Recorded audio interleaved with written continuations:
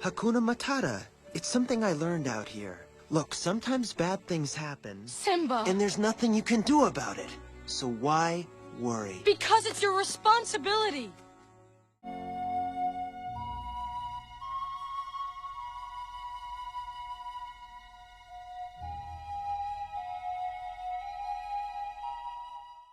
Last time we left off on The Lion King, we learned about the psychology of Scar, we learned about the psychological disorder and the narcissistic anti-personality disorder that he has, causing him to get rid of his brother, and pulling a Thanos, snapping Mufasa away, snapping Simba's freedom away, and snapping Simba's happiness away. And in 1994, we didn't know what was going to happen next, because this was a big surprise, knowing that the good guy actually goes down. So, surprise, surprise, Simba makes it. However, Scar lies to the whole entire kingdom. Shocker. He lies about Mufasa's and Simba's death, and he takes over Pride Rock. So it is with a heavy heart that I assume the throne. And to make matters worse, it's not like anyone can challenge him because he has an army of hyenas to support him. Fast forward to kid Simba, who's out in a desert somewhere, and it looks like he's about to become somebody's, cub sandwich. Pun intended. I said club sandwich, cub sandwich. And it looks really bad again for Simba till two of the most iconic Disney bud duo come out in history. I mean, I kind of like Mike and Sully more, but just these two guys, I'll just say it. Timon and Pumbaa.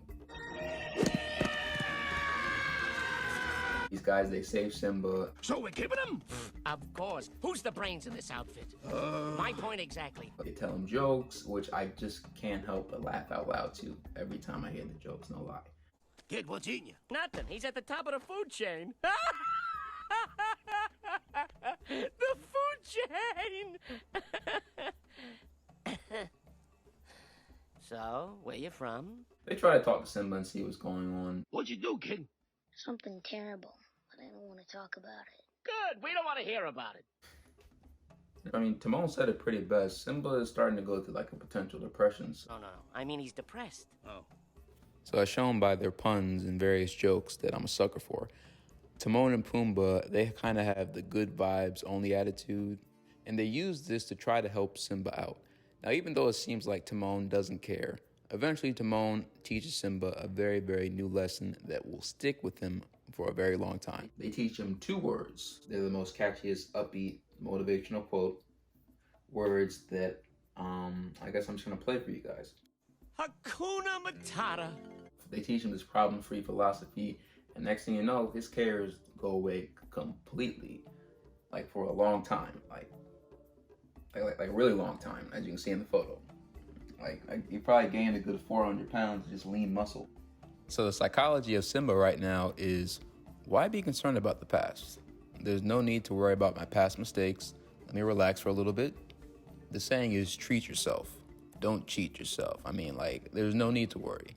Because my life motto from now on and forever is going to be none other than Hakuna Matata. Talk about having a self-care day, am I right?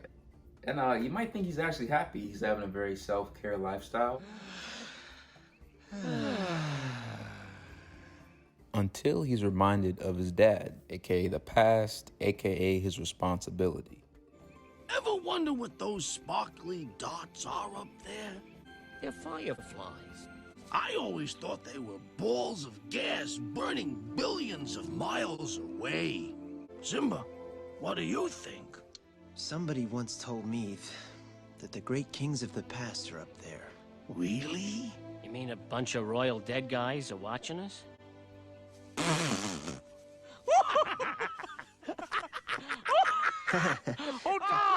Yeah, pretty dumb, huh? Oh, you're killing me, son. Yeah, sure. Ooh. Oh.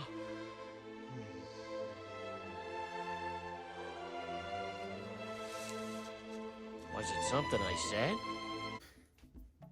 And his guilt holds him back from really taking responsibility from his conversation he had with his dad all those years ago. But little does he know that his grief will soon turn into joy, We'll get back to that, but for now, fast forward to Timon and Pumbaa. Fast forward to Timon and Pumbaa jamming to The Lion Sleeps Tonight.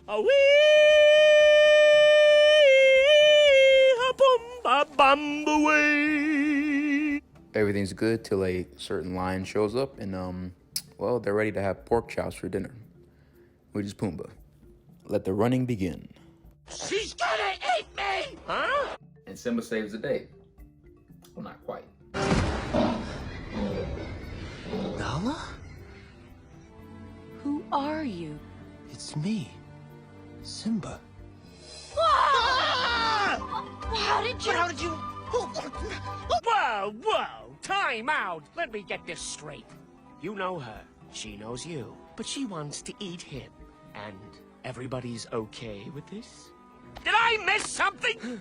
Simba has avoided responsibility, and now he's reminded of it by his old friend Nala. You're alive, and that means you're the king. Lady, have you got your lions crossed? He's not the king. Are you? No. Simba? No, I'm not the king. Maybe I was gonna be, but that was a long time ago. And Nala is on to something. She tries to figure out why Simba is denying this responsibility. Could you guys excuse us for a few minutes? And I'm pretty sure it would have worked, but for now, instead of just trying to tackle this issue head on, they decide to catch up. Cue love song. Can you feel the love tonight? So, side lesson, distractions. Oftentimes when you have a responsibility or something that's stressing you out, you may just use hanging out with your friends, just procrastination in general, just to hold off doing and fulfilling that assignment. Now granted, I'm single, shocker. I can only imagine that this song is displaying just the insecurities people may have for one another, and sometimes to avoid those insecurities, they'll joke around, they'll play around, and they just avoid that feeling of vulnerability, which as we showed in the last video, is nothing to be ashamed of. And bravo, like this is actually a really good distraction for both of them. And I think the song's awesome, the lyrics are great, the message behind it is awesome, and it brings Pumbaa and Timon to tears. But then again, reality kicks back in and responsibility kicks back in. Why won't you go back to be king? I can't go back. Why? You wouldn't understand. What wouldn't I understand? No. It doesn't matter. Hakuna Matata. What? Hakuna Matata. And in my personal opinion, it feels like he's using Hakuna Matata as a coping mechanism for the past. And he's had all this time to not worry about his past and to have this, carefree attitude. And while that's great to have at times, he still hasn't really taken responsibility and handled all the traumatic events that have happened to him. And that's a problem too. Now they start arguing, and just like a couple of middle schoolers, they go through a mini breakup, if you will. Shocker. Simba runs off into the distance, and he's out in the forest, and he runs into Rafiki. He sings the Squash Banana song. I think you're a little confused. Wrong. I'm not the one who's confused. You don't even know who you are. Oh, and I suppose you know. Sure do. You're Mufasa's boy. Bye. Wild goose chase again. And now here's where some interesting things happen. A lot of people, they have their own interpretation about what's going on. I would like to think that Simba goes on a righteous acid trip.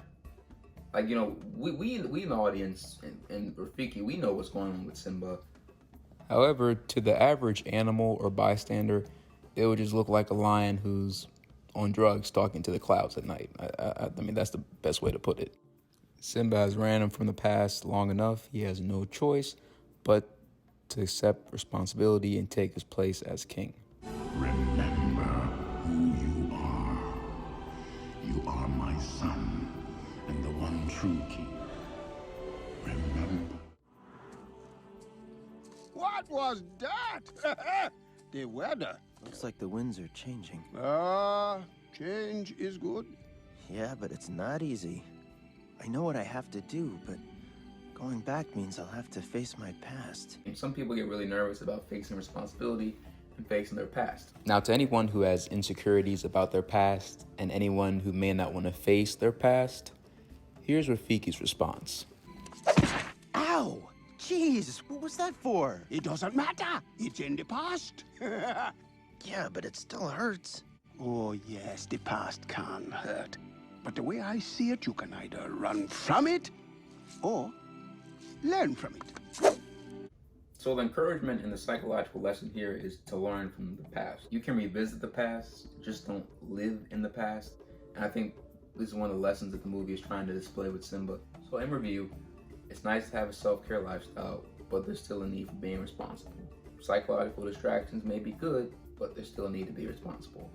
You may have as insecurities and past mistakes, but there's still a need to be responsible and to learn from them. Ah! You see? So what are you going to do? First, I'm gonna take your stick. No, not a stick! Hey! Where are you going? I'm going back! Good! Go on! Get out of here!